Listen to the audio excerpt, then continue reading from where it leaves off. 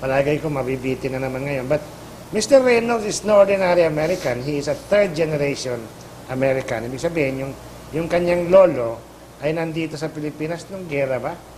Okay? At ikaw pinanganak during what time? You were born in Corregidor, right? 1910. 1910. My father was born in Corregidor. Ikaw, where were you born? I was born in the States, in Albuquerque, New Mexico. But you came back. I came back. So you're still a third generation American. Hablo Filipino? A visitor. You understand a little bit of Tagalog, don't you? Konti. Okay. Si Mr. Reynolds po, where is this place? In Mindoro Occidental, an island called Eileen. It's off the coast. Eileen? Eileen, I-L-I-N. It's off the coast of San Jose. And it's a small project. It's in its 8th year now. All right.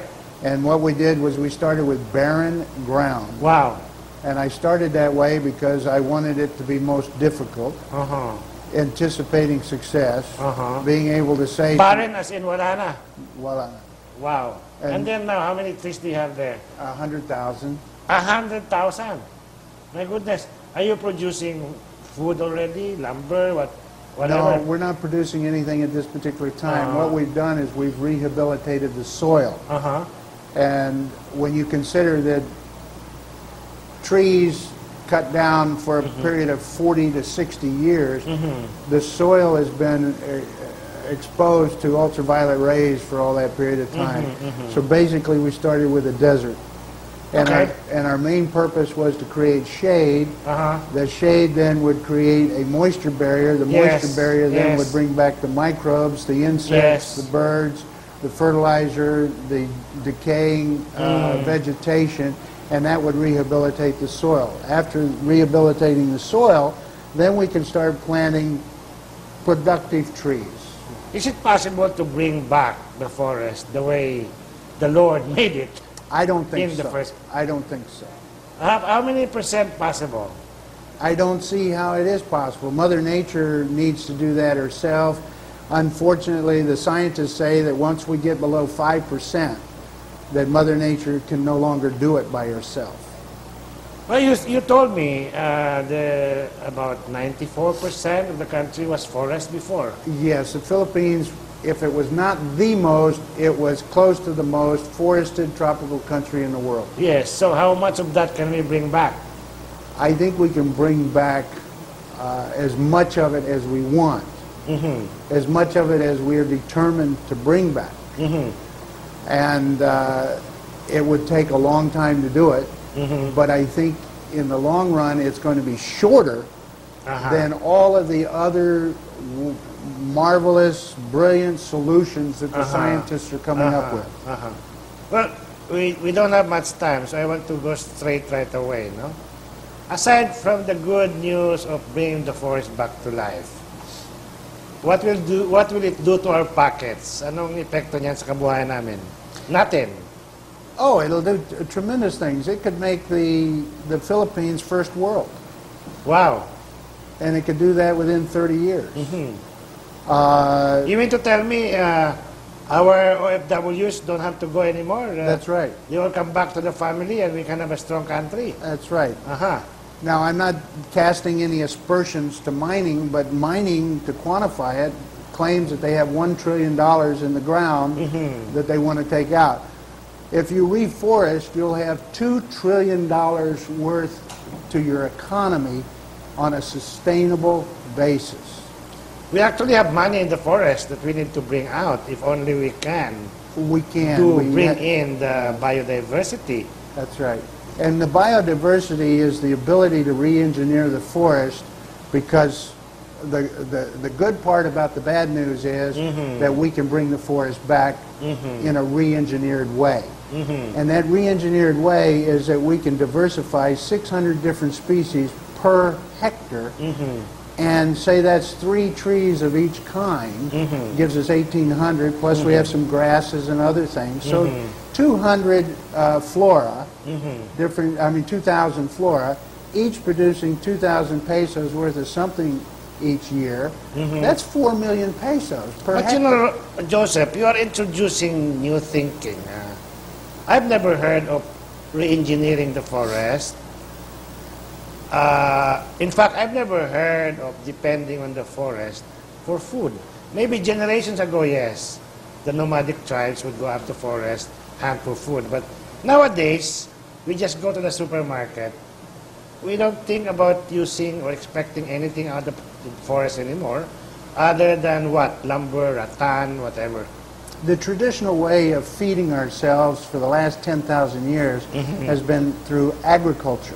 Yes. And agriculture, if it were a new technology today being introduced, no one would want to buy it. It's very destructive. The wrong side of agriculture may be using chemicals. Well, what do you do to the soil? Well, but there's organic agriculture now, right? There's organic agriculture, but you're still producing and you're cutting down and you're starting all over again. Why not plant one time, grow it for the next 150 years, and not cut it down at all? You're saying that we should actually plant trees where we cut trees before Yes. and bring it back to agroforestry Yes. rather than depending on pure agriculture alone. And build the capacity. It should be capacity building agroforestry advocacy. You start with the poor people and you build it from there, increase the capacity, add industry to it, you have commerce, and it's a system. You know, you bring up a very controversial issue because if we do that, we can save money on irrigation. And that's a lot of money, right? Yes. Now, what would make sense is, since it is biodiversified, we are not relying on one crop alone. I understand that even Israel has banned rice as a crop because it's not economical. I think in the thinking of the Israeli government, they can make more money planting other things, and from that money they make, they can buy rice. Can't we have that kind of a thinking, Joseph? Well, that's up to you. That's not up to me. I'm apolitical. I don't want to get into those issues. You're part of us now. You're a Filipino by choice. All right. Now that I've been invited, then I would say absolutely we can change the way of our thinking. It's just a mindset. We're stuck in tradition, and tradition tells us what we should be doing, and we have to break from tradition. It's time to break from tradition. The traditional thought is when you look at a tree, what do you see? You see timber or charcoal in the Philippines. We cut down 17 million trees a year just to make charcoal, which is the #1 fuel. But if we use biomass from the leaves of the trees, of the forest that we would reforest, we could replace 10% of the domestic oil needs in the Philippines from fossil fuel. You're actually talking of biodiversity wherein parang mixed crops, no? You're not talking of monoculture where you have all mahogany. No mono. Mono works. Mono is bad. Mono's not bad. Mono is a means to get the diversification.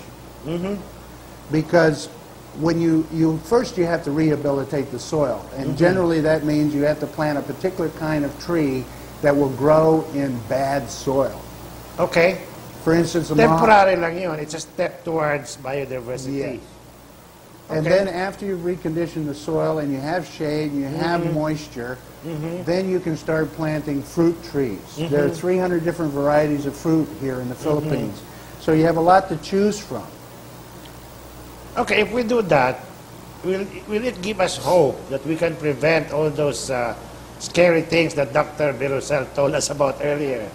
Well, I don't know what the timeline is for reversing, but I do believe that we can achieve less than 2 degrees centigrade before 2020 if we reforest the tropical countries of the world. Well, that's comforting to know in case we cannot get food from the sea anymore because Dr. Birusel said that the ocean might be destroyed. We can get food from the forest. Well, we can, and also by replenishing the forest, we will help stop the sediment that goes down and silts all over the reefs. Uh-huh. So maybe we can delay the catastrophe and maybe even reverse it.